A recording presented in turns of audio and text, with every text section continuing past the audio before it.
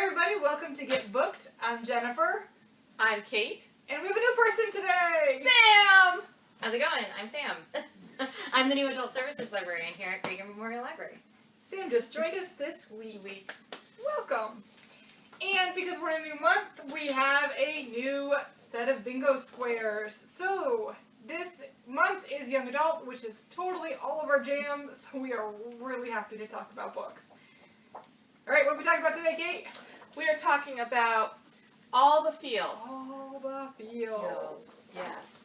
So I'm sharing the disreputable history of Frankie Landau-Banks, which is usually in all the feels book implies like a lot of sadness, a lot of drama. But this one I love because it's hilarious and it makes you laugh a lot. But it does have some really serious themes. And so Frankie Landau-Banks attends the very exclusive prep school that her father attended and her brother attends. And she is young and she is feminist and she decides to pull off the biggest prank ever in the history of the school. And literally so hilarious. So much of it. So Frankie Landau-Banks at age 14, debate club, her father's bunny rabbit, a mildly geeky girl attending a highly competitive boarding school. Frankie Landau-Banks at 15, a knockout figure, a sharp tongue, a chip on her shoulder, and a gorgeous new senior boyfriend, the supremely goofy, word-obsessed Matthew Livingston. Frankie Landau-Banks. No longer the kind of girl to take no for an answer, especially when no means she's excluded from her boyfriend's all-male secret society. Not when her ex-boyfriend shows up in the strangest of places. Not when she knows she's smarter than any of them. When she knows Matthew's lying to her, and when there are so many, many pranks to be done. It's a fabulous, enjoyable read. Anybody would enjoy this book. Lots of laughter. Cool. I'll go next. You have a printout. I do. So this one, it was not here. And as soon as we talked about all the feels, I was like, oh, this book made me so angry. Oh my god. It was terrible. It was amazing. But it was terrible. So it's Michigan versus the Boys by Carrie S. Allen. And it's about a girl on a hockey team. The high school has a girls' hockey team, which gets cut because of budget reasons.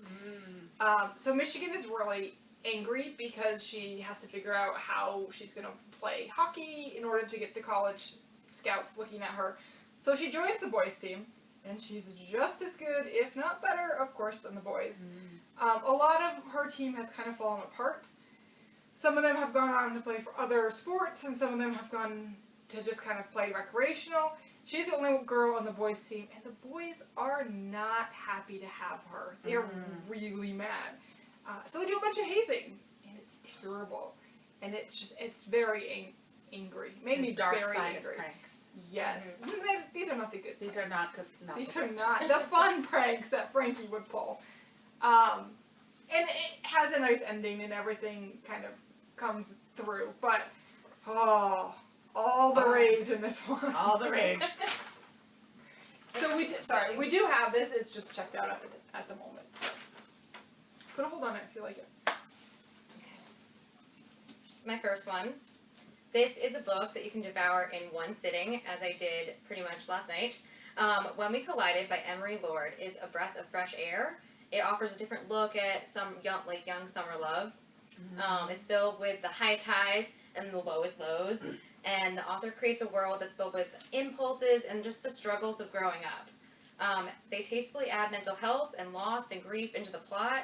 I think that you're going to fall in love with these characters. I totally fell in love with both of them. And so it's the dual, what did you call it? I'm sorry. Perspective. Dual perspective. So we go between the two main characters, and it's just a really beautiful book. When We Collided by Emery is definitely for you. If you like romance and a little bit of imagination, enjoy a good laugh, and are prepared to cry just a little bit. I love Emery Lord. So if you are a Taylor Swift fan, like I am, she has a really great book also called Open Road Summer, which is sort of about a best friend who's tagging along with her Taylor Swift type country tour. So Emery Lord is a really good author to pick. I thoroughly enjoyed it. Cool. Super good. That's really good. All right, I'm going for all the feels. This, Yes. you want a box of Kleenex right next to you. You do. So, if you haven't read or watched the movie The Fault in Our Stars, you need to go do that because this is a tremendously good book. It is about young love. So Hazel, our main character, has terminal cancer, but she's not actively dying at the moment.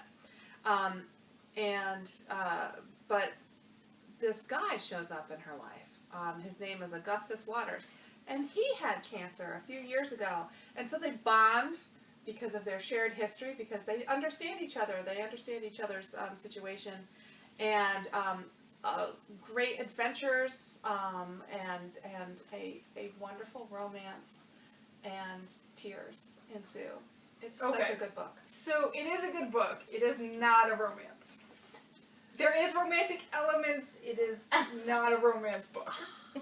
It is not a romance book. Not a romance book. Is that because there's no...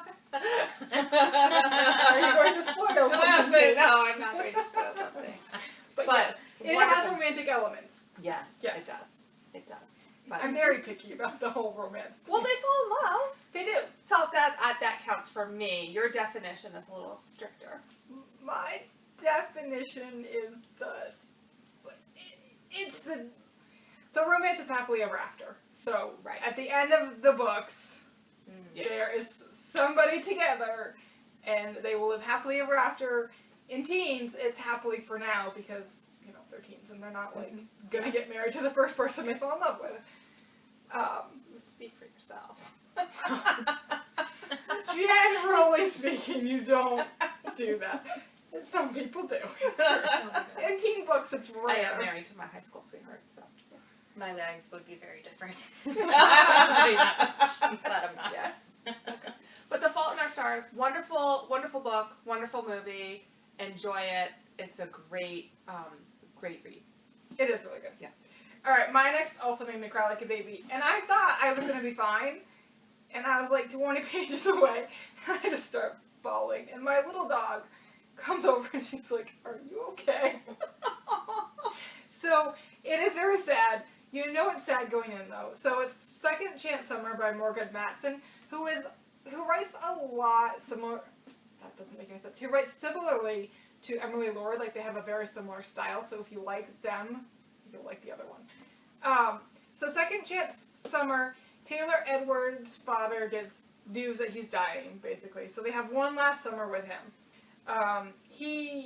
The family has a lake house, and they haven't been to the lake house in years. So they go to the lake house, and the last time they were at the lake house, something happened with Taylor and her friends and this boy, and she hasn't talked to any of them since.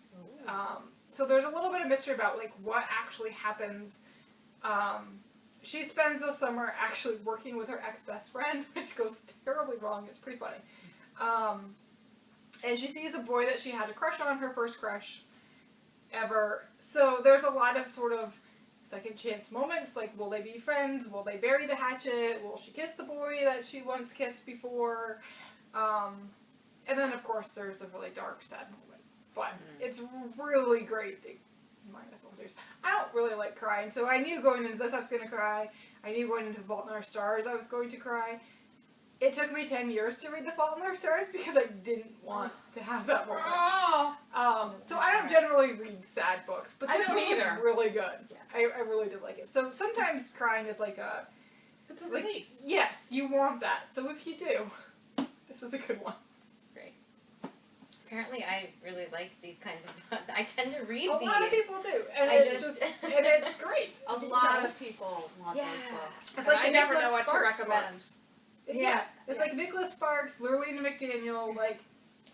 Lurleen back in the day. Always sad. We actually have some of hers upstairs because she wrote some newer ones. So Oh, cool. we have a few of hers. They're not the same. They're not Right, as...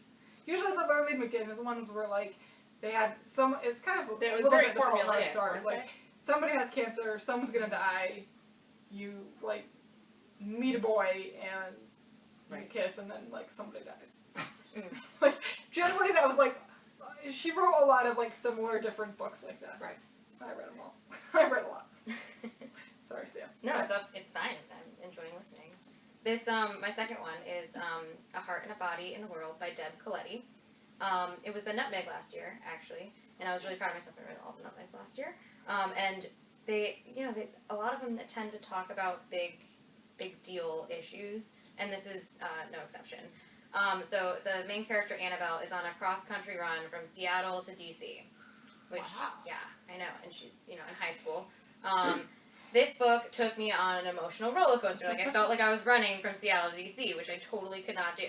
No. I think it's easy to run away from something tragic. However, it's probably not so easy to run across the U.S. Annabelle's journey, it takes us on, it teaches us that healing after trauma takes time and effort and persistence and an outrageous amount of strength. This book was one of my favorite reads last summer, so if you haven't gotten it yet, I highly recommend it.